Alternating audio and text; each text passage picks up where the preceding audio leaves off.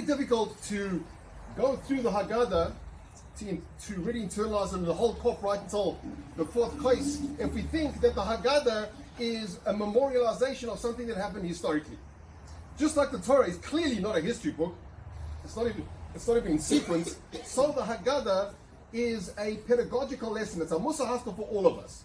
And one of the most important things, and maybe a thought that when we sit for the Pesach Seder, we can remember and internalize this, it will change hopefully your Seder and it will change hopefully your life. And that's like this.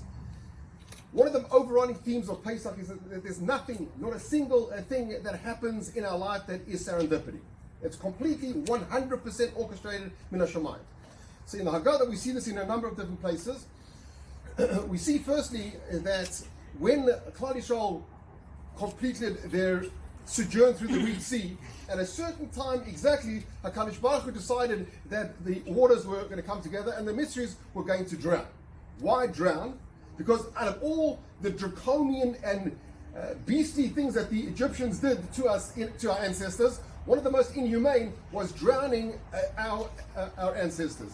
And so Midah, Keneged Midah, HaKadosh Baruch Hu showed that the Mitzris were going to be drowned. That's exactly what the message, that there's no thing that happens by coincidence. But what about something that's on the positive?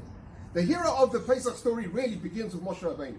And who was the beginning, the person that started the chain of events, which eventually resulted in the Yeshua, was the sister of Moshe Rabbeinu.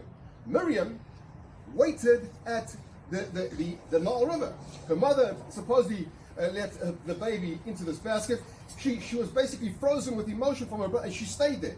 So I just looked up today. It's very interesting. Before she stayed there, whatever this means, for a tekufa, an hour. That's all we know. And she saw, as a result of that, she was instrumental in Moshe Rabbeinu being nursed by a Jewish woman, was instrumental into the whole Yeshua.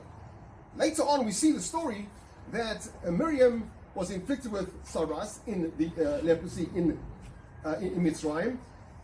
Midah Keneged Midah, the whole of Klal Yisrael waited for Miriam. The Levim, the Kohanim, the Ananei HaKavod waited. How long did they wait? For 7 days. For a short act of doing something that's benevolent.